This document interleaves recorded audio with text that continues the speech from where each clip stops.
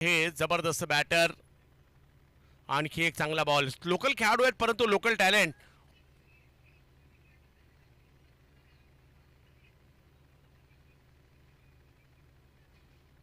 Stroke खेळलाय कव्हरच्या over 3 संपले आणि धावसंख्या झाली 15. या चौकाराच्या मदतीने 15 वर पोहोचलेली धावसंख्या. कपिलच्या 2 ओव्हर चांगल्या राहिल्या आणि 3 ओव्हरचा खेळ संपलाय. अजूनही 3 ओव्हर बाकी आहेत.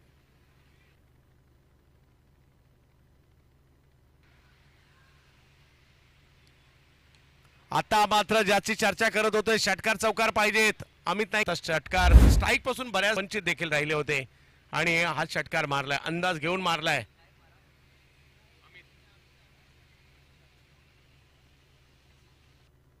आतापर्यंत चांगलं राहिलंय. कॅचही पकडली त्यांनी.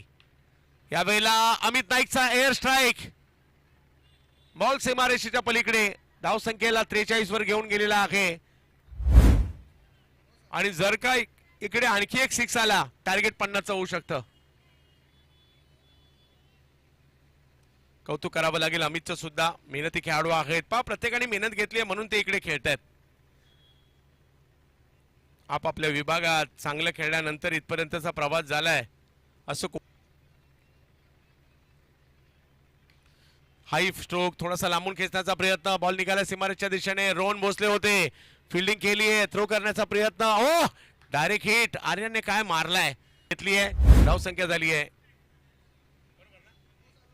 45 ची आवश्यकता आहे या मॅचला जिंकण्यासाठी. पाहूया या धावसंख्येचा पाठलाग कसा होणार. स्थानिक खेळाडू आहे परंतु टॅलेंट आहे आणि त्याच्यामुळे या स्थानिक खेळाडूंचा टाई पॅकरच्या विरुद्ध कसंही लागणार आहे आणि त्यांना एक संधी सुद्धा आहे.